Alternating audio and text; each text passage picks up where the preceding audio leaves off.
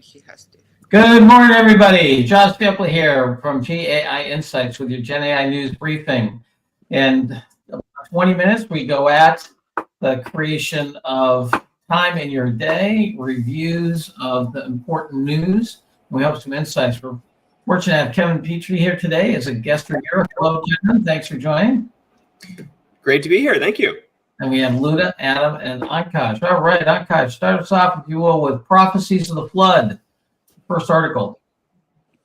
Sure, John.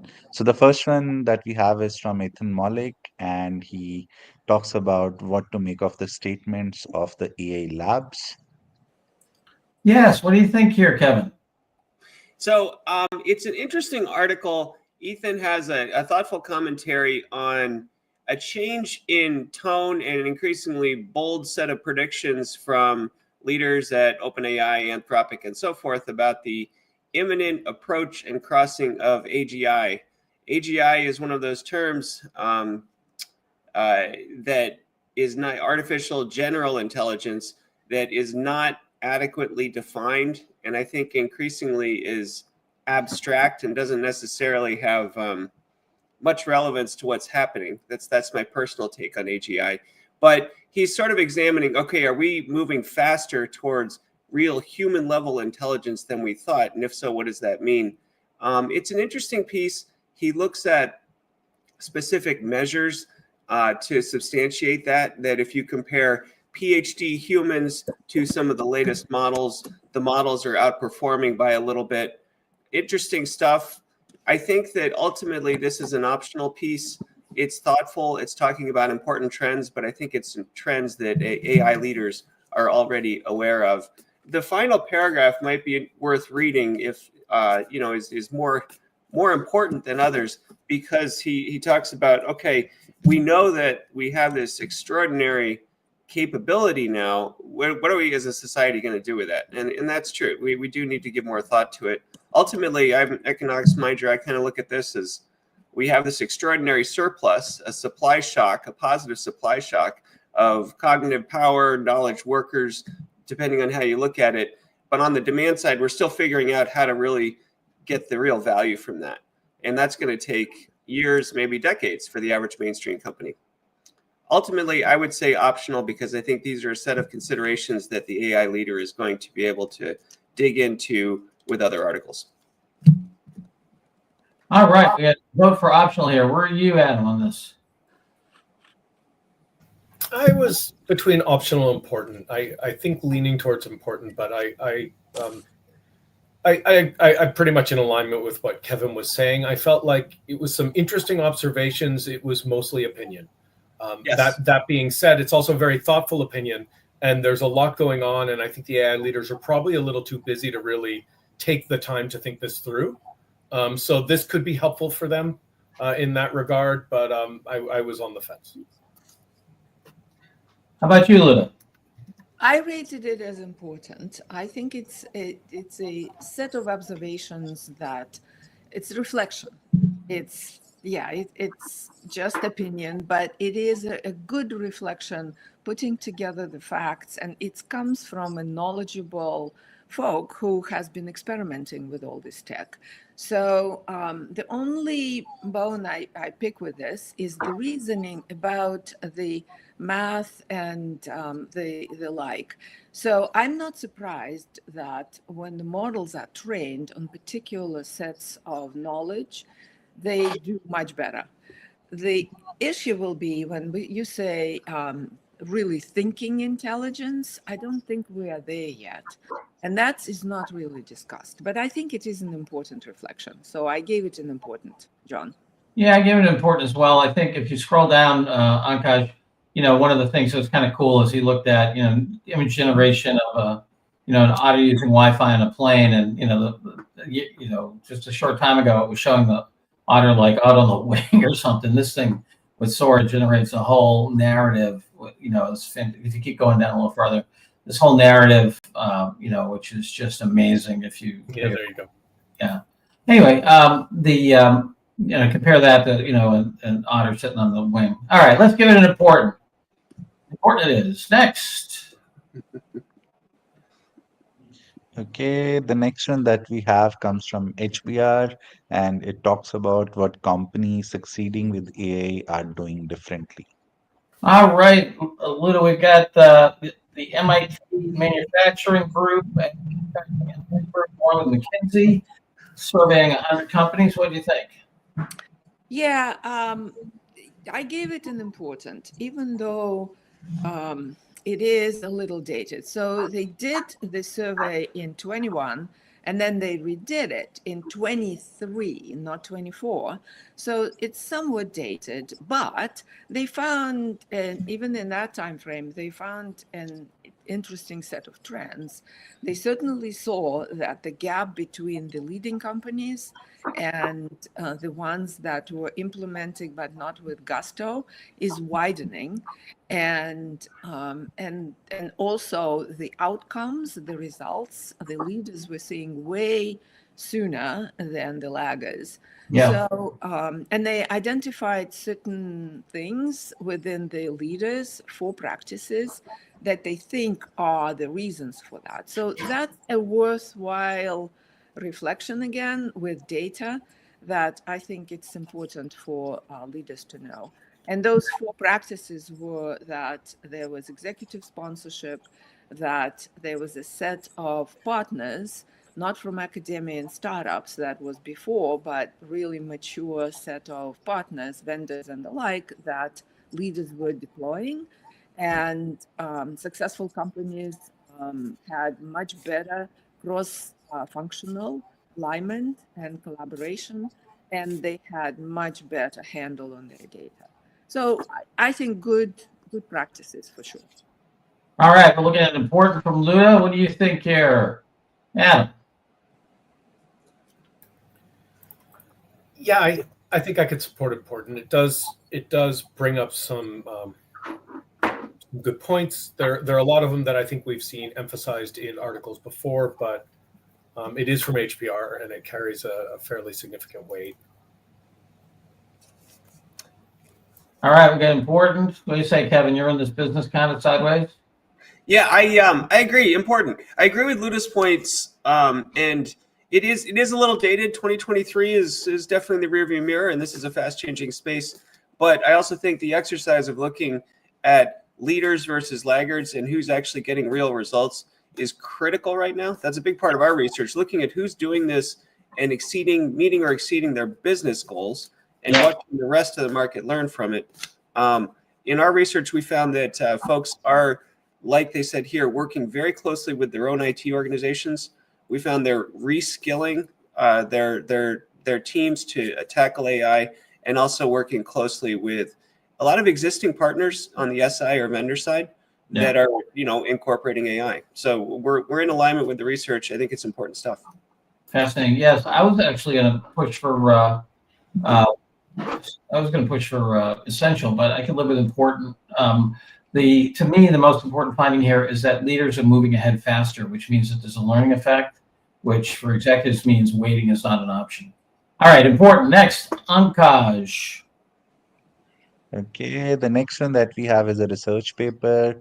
It's titled R-Star Math, where small LLMs can master math reasoning with self-evolved deep thinking. Yeah, fascinating. We got a whole Monte Carlo tree simulation here, and seems to be more efficient than the transformer approach.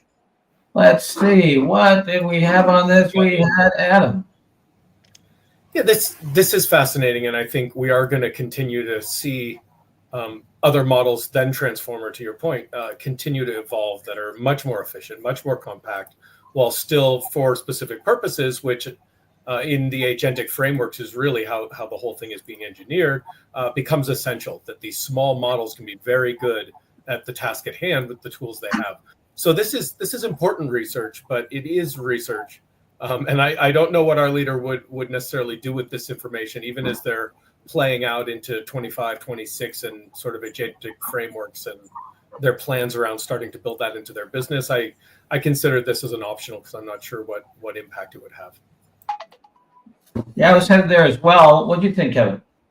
Yeah, I agree. I think that we already know we're in a real race, an innovation race, where there are gorillas, there are disruptors, and there are a lot of people with clever advancements. So we already know these models are getting real smart at words and numbers, and I'm not sure this is changing that dynamic much in terms of what the AI leader needs to know.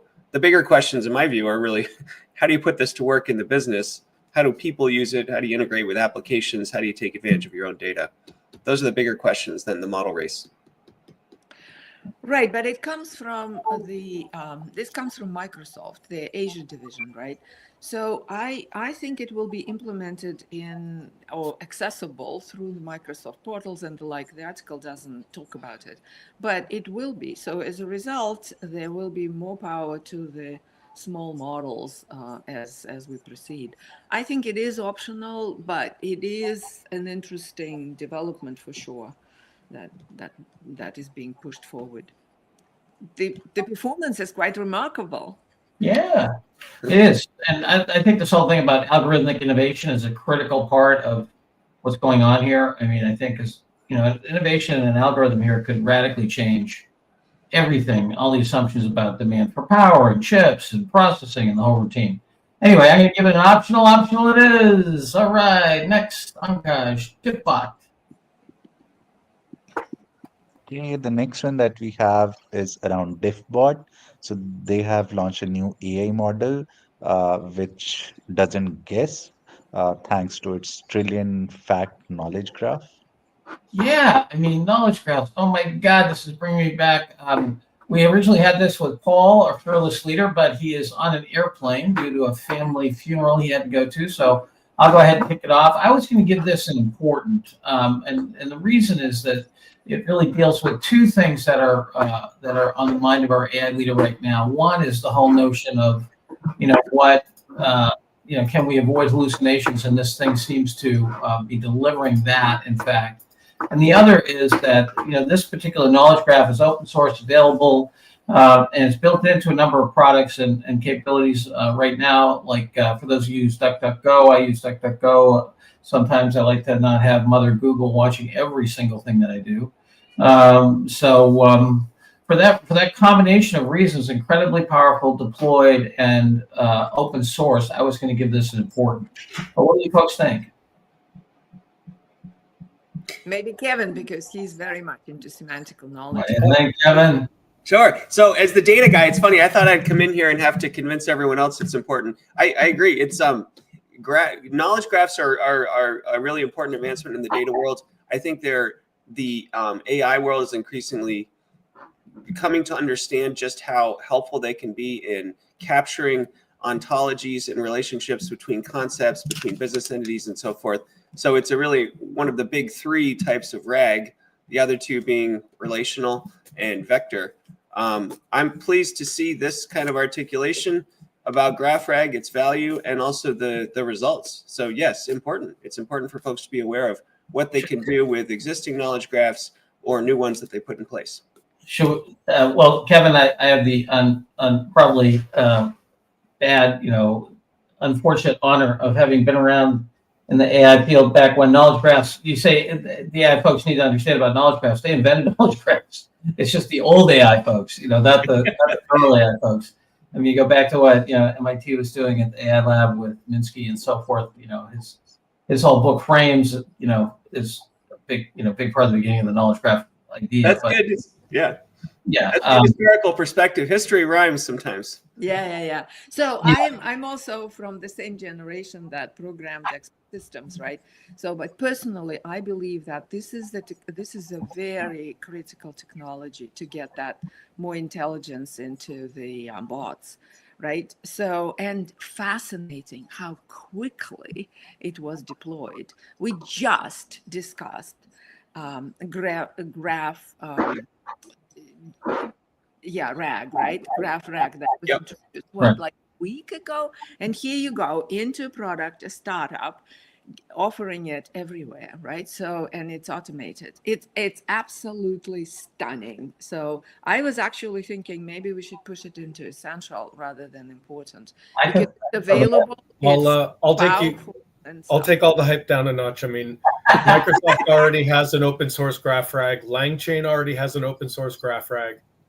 this is great that they're doing it with Llama 3.3, but it's not like this is they say that's the first open source implementation of GraphRag. Maybe they mean implementation and that it's integrated in a way that wasn't already integrated, but this is a step evolution, really. I agree it's important because probably people haven't heard about it, and the accessibility of it is going through the roof. And it is very important that people understand it. But yeah, I would caution us to call this essential. All right. Important it is. Next. Okay, the next one is an interesting one where researchers have open source Sky T1, which is a reasoning model that can be trained for less than $450. All right, here we are in the bargain basements of training and model creation. Kevin, what do you think? Okay, this one, I went back and forth between important and optional. Ultimately, I think it's important. So on the downside, this is an article. It's kind of short. It's a little thin on detail. It's a vendor claim that that they're really dropping the cost of model training.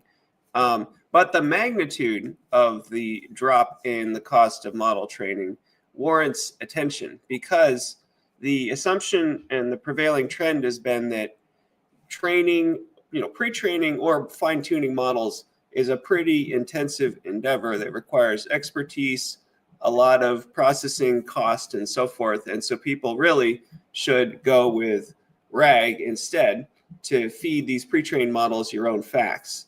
And there are different reasons to do either one, but there is that alternative, which is that RAG is a cheaper alternative. On the other hand, if you bring it down to $450, let's say they're off by 100-fold, that's still a compelling trend, a compelling change in the cost-benefit analysis of model training that I think warrants attention and further research. So I would say important. All right, we got a vote for important here. What do you think, Adam? I was heading for optional myself. I was heading towards optional, but I also see Kevin's point. And you're right. Even 100, if they're off by 2 orders of magnitude, and it costs $50,000 to train your own model, that's, I remember when we were talking about it's incredible someone's done it for $1 million, or Yes. $500,000, right? And we're again seeing order of magnitude drops in the cost of this, and it is important for our leaders to be thinking about the trade-offs, right, between GraphRag and training their own models and the costs and the benefits. And but I'm not sure this article is necessarily the best way to get that point across to them. So I'd probably sit on the fence still myself. Yeah, I was solidly optional because we kind of know that it is models becoming a commodity.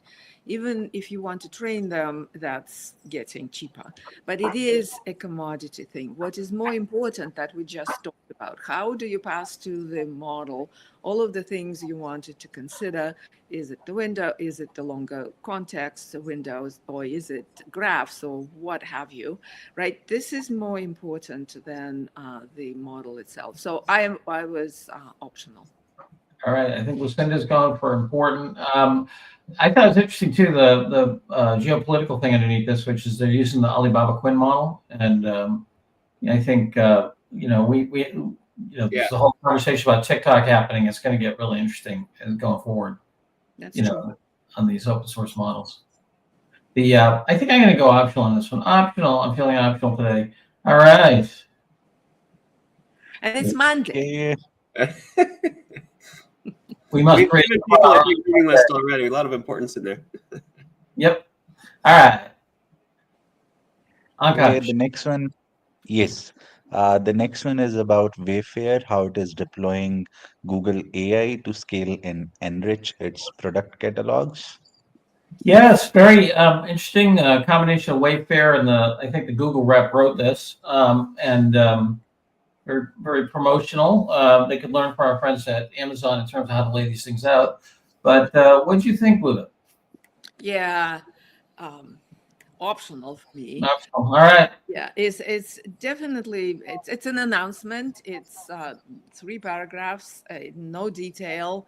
And it just says that Wayfair put some chatbots in place to streamline product announcement or product presentations. And I think whoever, if you shopped with Wayfair, they actually need it because it's a lot of stuff and you very difficult to find what you're looking for. So I hope that this is way much better, but there's almost no detail. So optional for me. Yeah, I mean, in that, I'm going to go optional as well, but really everyday miracles here. I mean, if we just look at the data, if we believe the data they're putting out, the time needed to curate product listings decreased by 67%. If you're in the catalog business, that is huge. Yeah. And then the conversion rates up by 2%.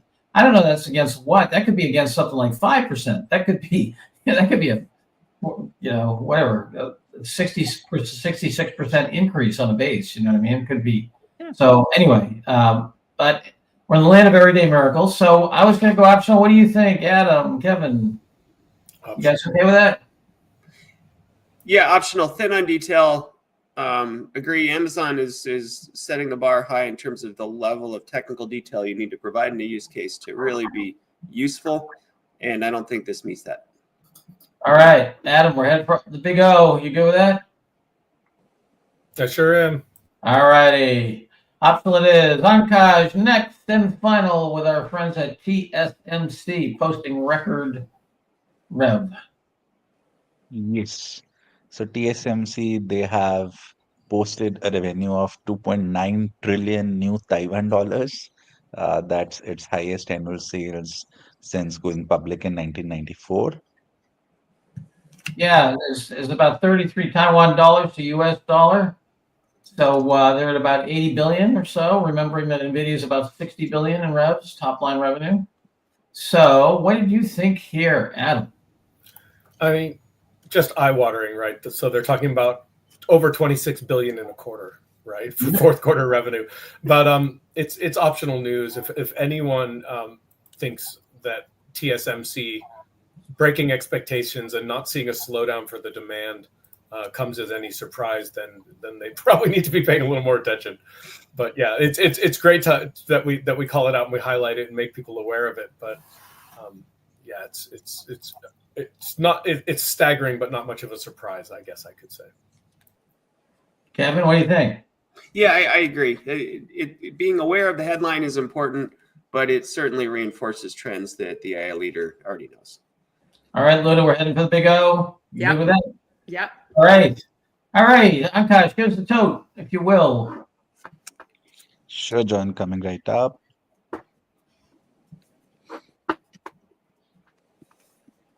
And meanwhile, Kevin, would you just take a minute and just make sure our audience knows, what you do and what your firm does? Oh, yeah. Thank you. Sure. Bark, we are a global research consulting and firm. We provide events as well for end users and data leaders. We focus exclusively on data analytics, and I head up the data management practice with a big focus on the intersection of data and AI.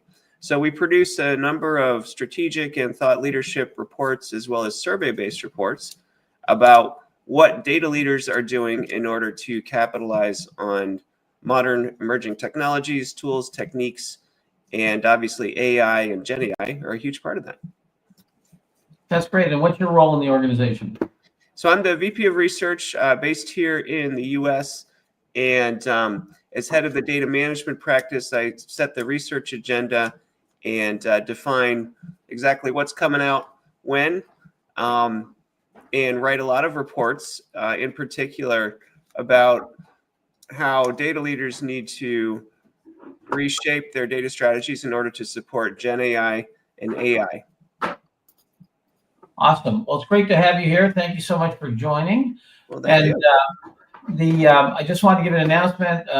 Tonight we'll have in our learning lab, we've got normal introductions. We have 5 minutes with Adam, AI Adventures. I'm going to be doing a thing on how the large language models are now essential to getting us to the answer economy. And then we have Dan Slavin talking about different kinds of tools and capabilities to generate PowerPoint slides, very practical, tactical set of issues. Luda, Adam, Ankaj, any announcements? Not for me.